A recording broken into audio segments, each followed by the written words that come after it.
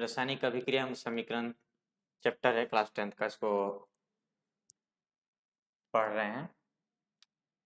Question दिया है, जैसे सवाल है कि निम्न किसी भी प्रकार की सहायता से हम निर्धारित कर सकते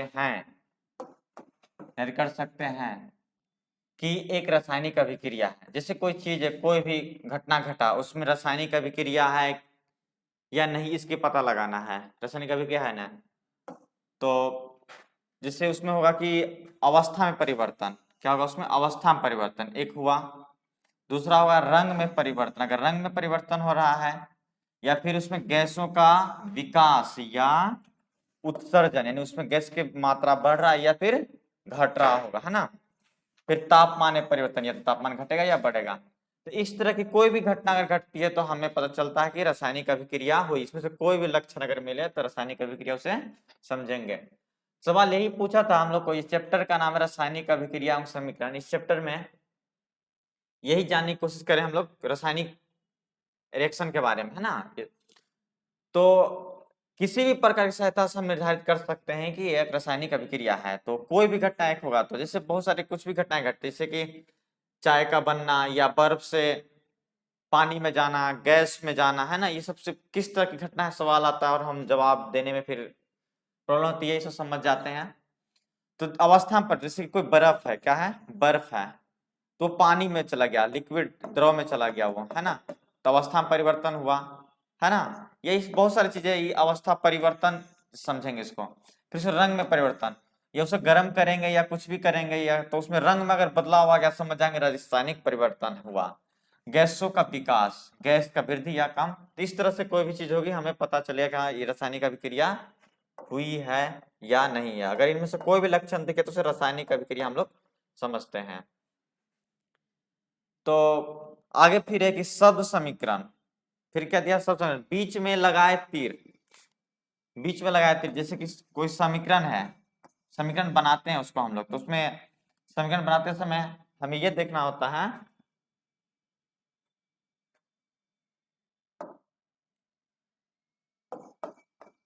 बीच में लगाए तीर।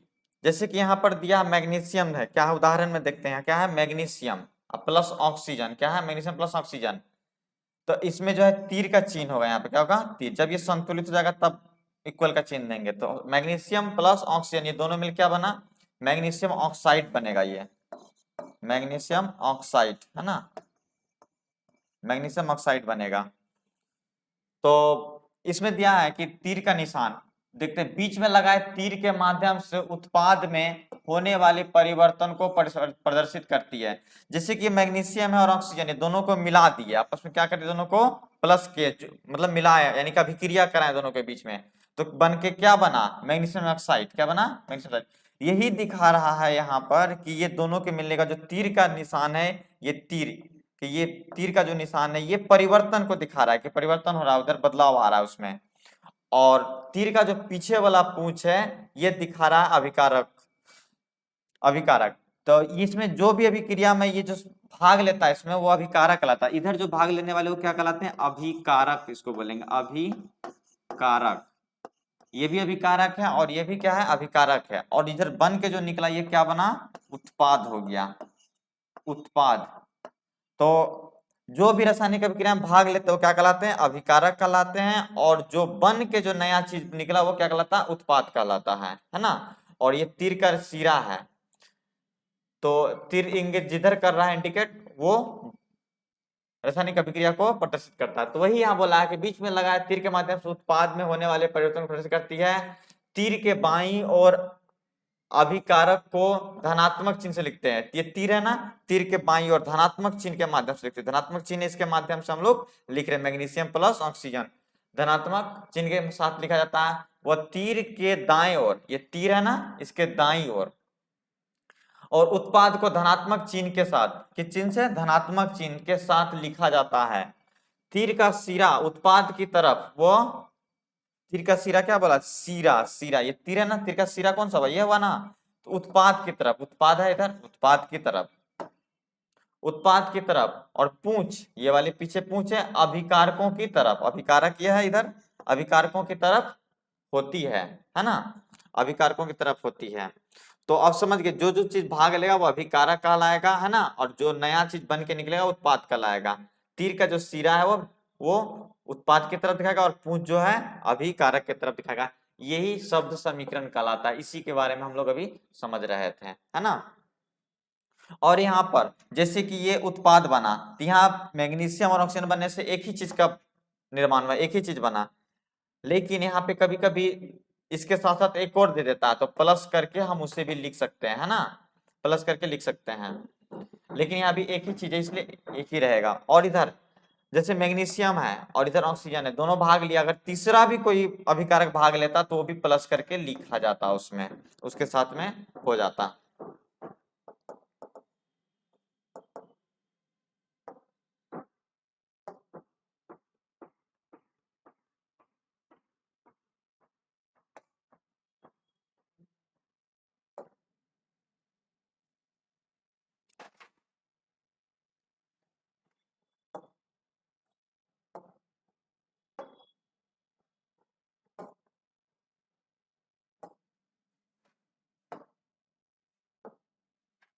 चलिए आगे देखते हैं, अब इससे आगे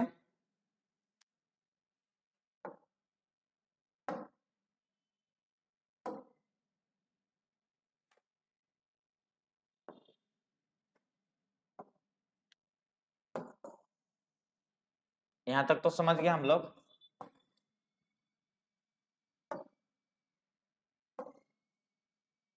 अब देखते हैं अगला, अगला पॉइंट है ढांचा रासायनिक समीकरण। क्या दिया है? ढांचा रासायनिक समीकरण। यदि किसी, बोल रहा है ढांचा रासायनिक समीकरण, यदि किसी रासायनिक समीकरण में अभिकारकों, कौन अभिकारक, जो कि तीर के बाईं ओर था, एवं उत्पाद जो तीर के दाईं ओर था, उत्पाद में तत्वों की संख्या समान न हो तो वह ढांचा रासायनिक समीकरण कहलाती है। वो क्या कहलाती है? ढांचा रासायनिक समीकरण कहलाती है ना। जैसे कि एग्जाम्पल के तौर पे हम लोग देख सकते हैं, यहाँ पे एग्जाम्पल में, जैसे कि एग्जाम्पल है मैग्नीशियम Mg, मैग्नीशियम है प्लस O2 ऑक्सीजन है। तो ये दोनों मिलने के बाद ये तीर का निशान दिए, क्या बन गया? MgO, है ना, MgO, ठीक है। फिर यहाँ क्या है? H2 प्लस O2, तो ये दोनों मिलने से क्या बना? H2O। तो हम जानते हैं पहले से कि जो तीर के बाईं ओर है वो क्या कहलाता है? अभिकारक, जो जो भाग लेता, और इधर जो बना उत्पाद कहलाता, है ना। तीर के जो बाईं ओर है ये अभिकारक हो गया, और इधर जो हो गया तीर के इस पर ये उत्पाद कहलाता, है ना। तो इसमें बोल रहा है ढांचा समीकरण, क्या बोला है? ढांचा, ढांचा रासायनिक समीकरण, है ना, ढांचा रासायनिक समीकरण बोला है। तो इसमें बोल रहा है कि अगर ये तीर के बाईं ओर जो भी तत्व है, तीर के बाईं ओर अभिकारकों में एवं उत्पादों में तत्वों की संख्या, किसकी संख्या? तत्वों की संख्या समान न हो, समान न हो। तत्व जो तीर के बाईं ओर जो तत्व की संख्या और तीर के दाईं ओर जो तत्व की संख्या अगर समान न हो, नहीं है, तो वो ढांचा समीकरण कहलाते हैं। सीधी सी बात, ये अगर ये इक्वेशन समीकरण अगर संतुलित नहीं है, दोनों के बैलेंस दोनों तरफ इक्वल नहीं है, तत्वों की संख्या, इधर तो ऑक्सीजन का 2 है, इधर ऑक्सीजन 1 है, इधर ऑक्सीजन 2 है, इधर ऑक्सीजन 1 है, हाइड्रोजन, हाइड्रोजन यहाँ 2 है, यहाँ हाइड्रोजन 2 है, चलिए ये नहीं है, लेकिन ऑक्सीजन तो 1 है वहां। मैग्नीशियम कितना? यहाँ 1 है, मैग्नीशियम इधर 1 है, लेकिन ये जितनी इधर 2 ऑक्सीजन का, तो इधर भी ऑक्सीजन का 2 होना चाहिए, तो ये इक्वल नहीं है दोनों तरफ, तो इक्वल नहीं है। तो इसी को अगर दोनों तरफ इक्वल हो जाए परमाणु संख्या दोनों तरफ तत्व, तो ये ढांचा समीकरण नहीं कहलाएगा, वो संतुलित समीकरण कहलाएगा। लेकिन अभी ये नहीं था, इसलिए ढांचा समीकरण कहलाया। आगे देखते हैं, फिर दिया इसमें है मैग्नीशियम रिबन को जलाने से पहले साफ क्यों जाता है? जैसे कोई मैग्नीशियम का रिबन है, रिबन, उसको जलाने से पहले साफ क्यों करते हैं? मैग्नीशियम रिबन है, कोई चीज, कोई भी वस्तु है, जैसे उसको जलाना है, तो मान ली उस पर धूल कण या कुछ भी हो सकता है, तो उसको साफ करते, या फिर उस पर कार्बन पकड़ पकड़ा हुआ हो सकता है उस पर, है ना, उसको रगड़ के या साफ कर देते, उसको साफ करने के बाद क्या होता है उस पर की धूल का निया होता है जो कि जलाने में प्रॉब्लम देता है जलने। अगर वो साफ हो जाता है तो वो आसानी से जलने लगता है, और उसके साथ जो है ऑक्सीजन के सहयोग से वो आसानी से आग पकड़ सकता है उसमें और वो जल सकता है। इसीलिए उसको हम मैग्नीशियम रिबन को जलाने से पहले अच्छी तरह से रगड़ के साफ कर लेते ताकि वो वो हवा के साथ अभिक्रिया कर वो आसानी से जल सके। सवाल यही था, क्वेश्चन पूछेगा तो जवाब दे देंगे और इसको नोट्स में भी लिख के मिल जाएगा।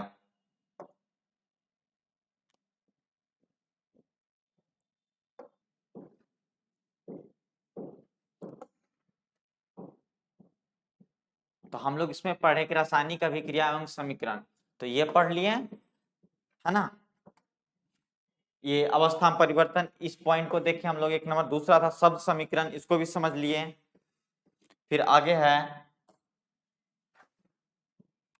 उदाहरण को भी देख लिए। फिर था ढांचा रासायनिक समीकरण, है ना, ढांचा रासायनिक समीकरण ये भी समझ गए एग्जाम्पल के तर। और मैग्नीशियम रिबन को साफ क्यों किया जाता है इसको भी समझ लिया। आगे और भी पॉइंट से उसको समझते चलते हैं, एक के बाद एक सब पॉइंट्स को देखेंगे, अच्छी तरह समझ में आ जाएगा।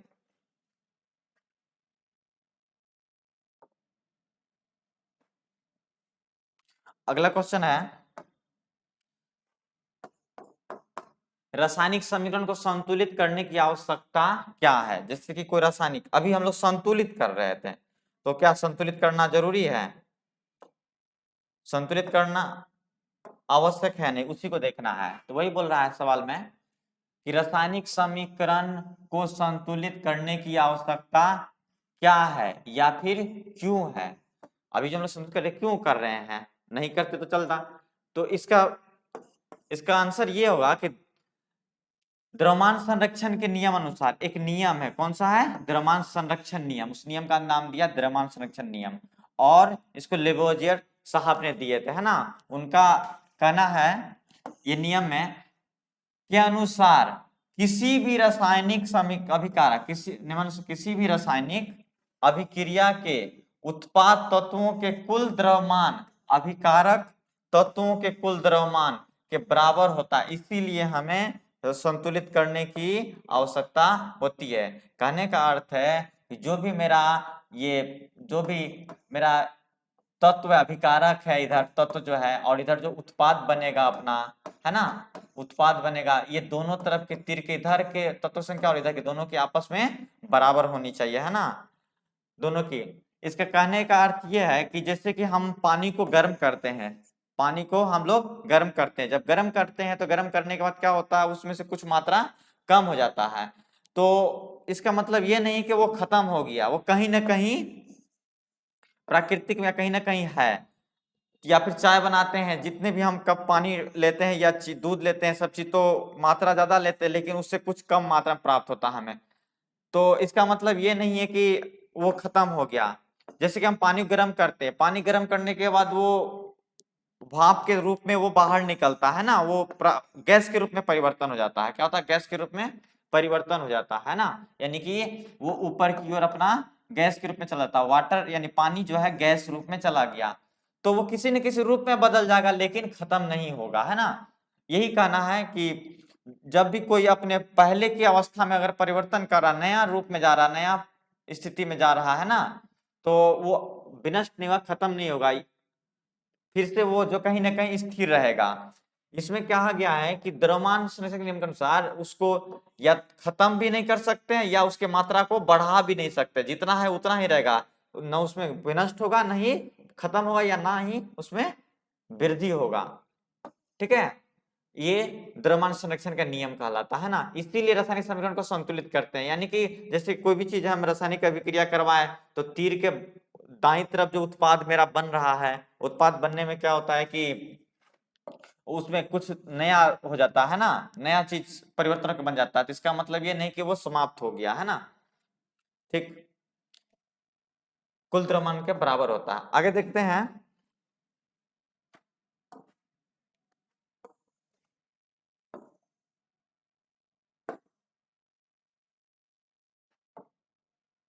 फिर यहाँ रासायनिक समीकरण को संतुलित करने हेतु हीट एंड ट्रायल विधि। चलिए, संतुलित तो करना पड़ेगा, करना ही होगा, लेकिन उसको एक विधि है करने का, कैसे करेंगे संतुलित करने हैं तो हीट एंड ट्रायल विधि। कैसा विधि? हीट एंड ट्रायल विधि। इसका मतलब होता है तुक्का मार विधि, है ना। तो इसको हम संतुलित करने के प्रयास करेंगे, ठीक है ना। करके देख लेते हैं। प्रत्येक सूत्र के चारों ओर एक बॉक्स बनाते हैं, जैसे कि सूत्र लेते हैं, है ना।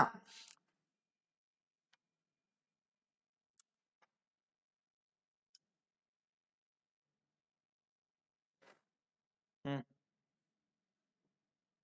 वही।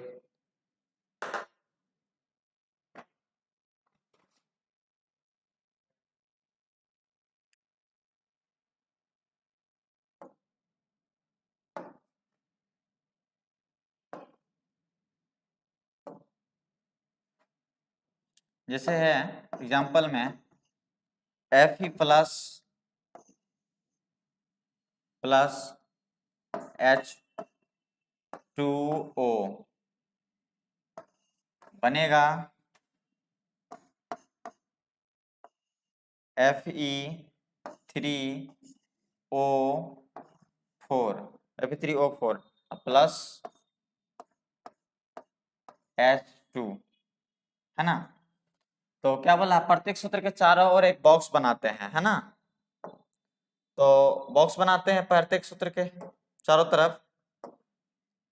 जैसे ये बॉक्स है, ये भी बॉक्स है,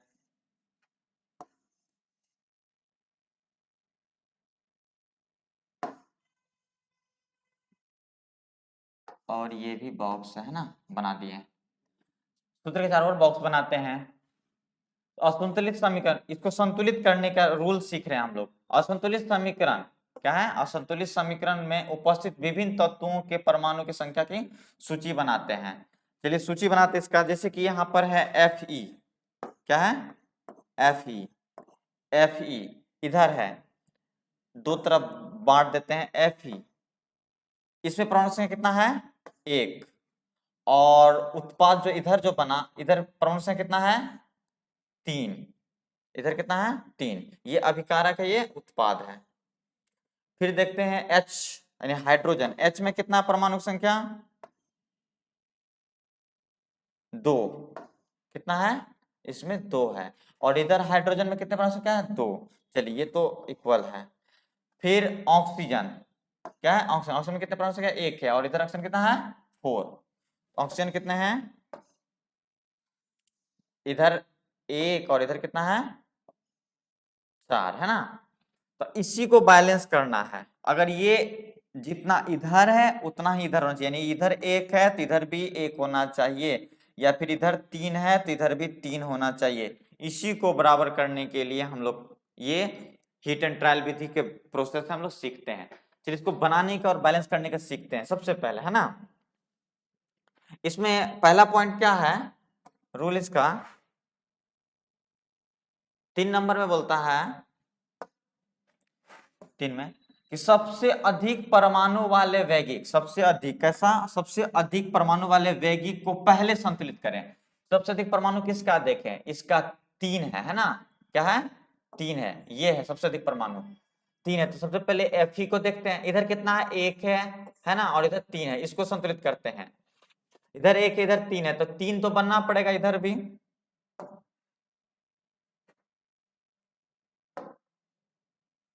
तो इधर ही बनना पड़ेगा 3। तो इधर 3 से इसमें मल्टीप्लाई करेंगे। क्या करेंगे? 3 से मल्टीप्लाई कर देंगे हम लोग, गुना कर देंगे, है ना। तो 3Fe हो गया, और इधर भी Fe3 हो गया। यानी कि इधर 3 से हम लोग क्या किए हैं? गुना कर दिए हैं। किधर? उत्पाद अभिकारक की तरफ किए, है ना।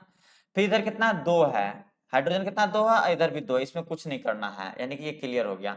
उस वक्त क्या? ऑक्सीजन। ऑक्सीजन कितना? 1 है। इधर 4 है। तो ऑक्सीजन 1 है, इसमें क्या करेंगे? 4 बनने के लिए इसमें 4 से गुना करेंगे ना। 4 से गुना किधर किए? ऑक्सीजन में किए। किधर है? उत्पाद के तरफ, अभिकारक के तरफ है ना। तो 4 से गुना किए किसमें? अभिकारक की तरफ। तो 4 से इसे मल्टीप्लाई करेंगे तो हमें यहां नहीं बैठाना, यहां बैठाना है, यहां बैठाना है। चलिए 4 अगर हम यहाँ पर दिए तो ऑक्सीजन की कितना हो गया परमाणु? 4 हो गया। ऑक्सीजन 4 हो गया, लेकिन यहाँ ऑक्सीजन का 4 है। चलिए दोनों तरफ हो गया। ऑक्सीजन 4 हो गया, लेकिन हमारा हाइड्रोजन का संतुलन बिगाड़ दिया। तो 4 और ये दोनों को मल्टीप्लाई कितना हुआ? 4 दूना 8 हो जाएगा। हाइड्रोजन कितना बन गया? 8 हो गया। इसके आ जाने 4 के आ जाने से हाइड्रोजन कितना हो गया 8 हो गया। ये तो बिगड़ गया पहले से था। अब हाइड्रोजन को भी हमको 8 इधर बनाना पड़ेगा। इधर क्या करेंगे हाइड्रोजन में, फिर हम इधर 4 से इधर भी मल्टीप्लाई करेंगे हम, है ना। 4 दूना 8, हाइड्रोजन इधर भी मल्टीप्लाई किए दोनों में, हाइड्रोजन भी 4 दूना 8 हो गया और इधर भी हाइड्रोजन 4 दूना 8 हो गया, है ना। दोनों तरफ हाइड्रोजन 4 दूना 8 8 हो गया। चलिए हाइड्रोजन तो हो गया, फिर ऑक्सीजन था 4 इधर और ऑक्सीजन भी उधर 4, ये भी हो गया। और Fe ये 3 था इधर, इधर भी 3, यानी कि ये जो है अपना बैलेंस हो चुका है। तो कुल मिला के क्या बना इसको देख सकते हैं हम लोग यहाँ पर, ये बन गया 3Fe प्लस 4H2O और Fe3O4 प्लस 4H2, ये बन गया, है ना। ये संतुलित होने के बाद ऐसा बन गया पहले की स्थिति से, है ना। तो इसी तरह से हम लोग इसको अभी एक सीखे, इससे 20 25 30 क्वेश्चन हम लोग बनाएंगे और सीख जाएंगे। क्वेश्चन बारी बारी से हम लोग संतुलित करने सीखेंगे, है ना। एग्जाम में आ ही जाता संतुलित करने के लिए एक दो क्वेश्चन, तो इसको समझेंगे आगे, ठीक है। तो सबसे अधिक परमाणु वाले वेगी को पहले संतुलित करते हैं, तो ये तो हो गई 3 नंबर पॉइंट समझ गए। अगला चौथा क्या है, इसी प्रकार जांच करते हुए एक के बाद एक परमाणु, एक के बाद एक परमाणु चुनकर उसे संतुलित करते हैं। तो जब तक कि इस समीकरण की, क्या बोला, जब तक कि चुनकर उसे संतुलित करते हैं, जब तक इस समीकरण संतुलित नहीं हो जाती, क्या बोला है, संतुलित नहीं हो जाती है, तो संतुलित नहीं हो जाती है, ठीक है ना। तो संतुलित कर लिए, तब तक करते रहे, एक के बाद एक चुन चुनकर संतुलित करते गए, हो गया। अगला देखिए 5वां पॉइंट है अब,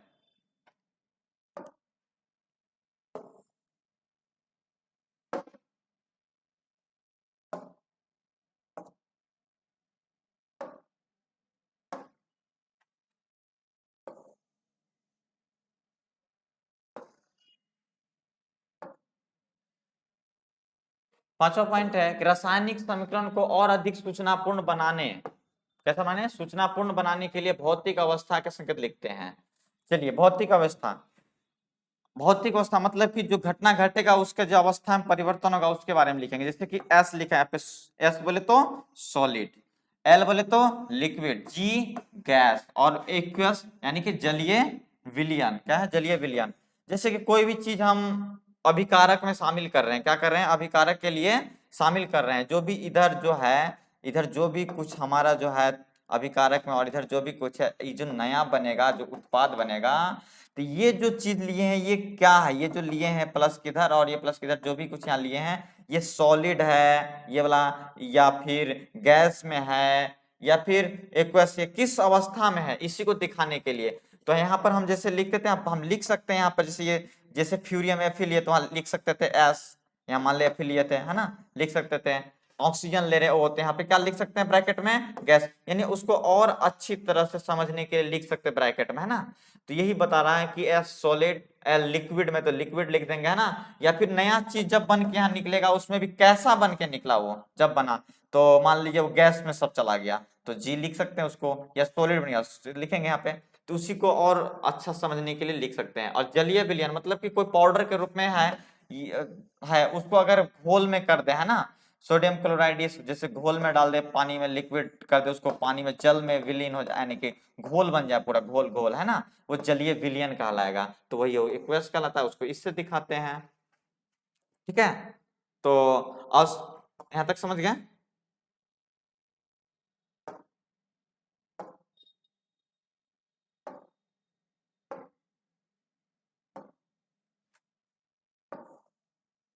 चलिए आगे देखते हैं।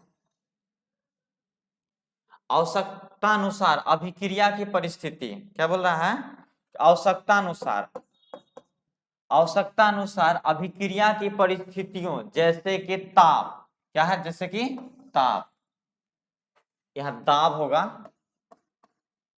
दाब, उत्प्रेरक, आदि को भी तीर के निशान के ऊपर या नीचे लिख सकते हैं, है ना।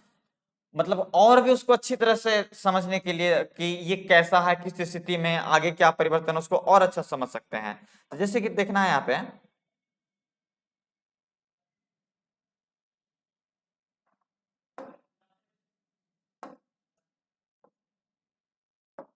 देखिए यहाँ पे जैसे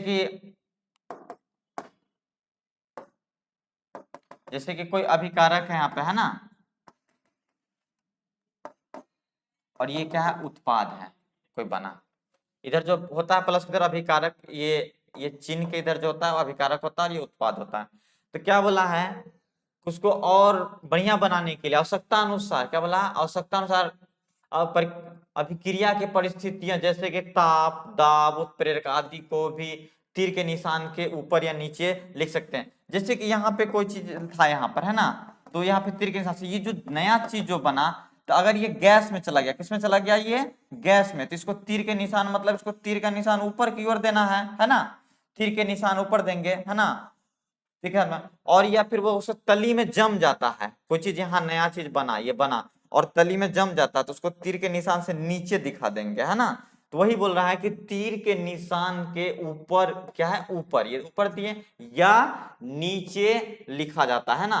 तो अगर ऊपर चला गया अभिक्रिया होने के बाद उत्पाद जो बना, हवा में चला गया, गैस बन गया, तो ऊपर की ओर, या तली में जम गया, सब पानी उसे ये हो गया, उसमें जो चीजें थी नीचे सतह में जम गया, पेंदी में बैठ गया, तो नीचे की ओर तीर का निशान दे सकते हैं, नीचे लिखा जाता है ना। इस तरह से यहां तक हम लोग समझ गए।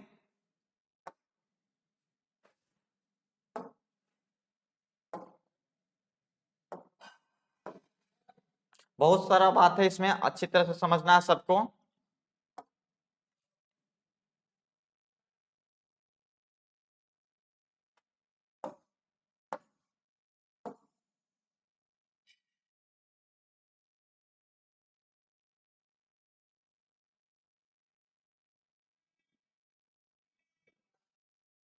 तो रासायनिक समीकरण को संतुलित करने की आवश्यकता क्या है, ये तो समझ गए, क्यों समीकरण को संतुलित करते हैं। दूसरा था यहाँ पर, रासायनिक समीकरण को संतुलित करने हेतु कौन सा विधि अपनाए थे हम लोग, हीट एंड ट्रायल विधि, है ना, हीट एंड ट्रायल विधि, जो अभी कर करके दिखा रहे थे कैसे संतुलित करते हैं इक्वेशन को। ये भी पॉइंट को समझ गए हम लोग, है ना। आगे है फिर इक्वेशन देकर तो बता ही थे, उसमें दिया है कि सबसे पहले क्या करते हैं, अधिक परमाणु वाले को वही को पहले संतुलित करते हैं और बारी बारी से सबको जांच करते हुए एक के बाद एक परमाणु को संतुलित करते जाते हैं। यहां तक समझ गए, जब तक कि संतुलित नहीं हो जाए उसको संतुलित करते रहते हैं। फिर पांचवा था पॉइंट इसमें कि रासायनिक समीकरण को और अधिक सूचनापूर्ण बनाने के लिए भौतिक अवस्था को लिखते हैं, जैसे कि सॉलिड है, लिक्विड है, गैस है, ये भी अभी समझा दिए, है ना। फिर आगे है आवश्यकता अनुसार अभिक्रिया की परिस्थितियों जैसे कि ताप, दाब, उत्प्रेरक आदि को भी तीर के निशान से ऊपर या नीचे कहाँ हो रहा है, गैस में जा रहा है कि तली में बैठ रहा है, ये सब चीज को भी देखे हम लोग। चलिए तो अगला वीडियो देखेंगे हम नेक्स्ट पार्ट में।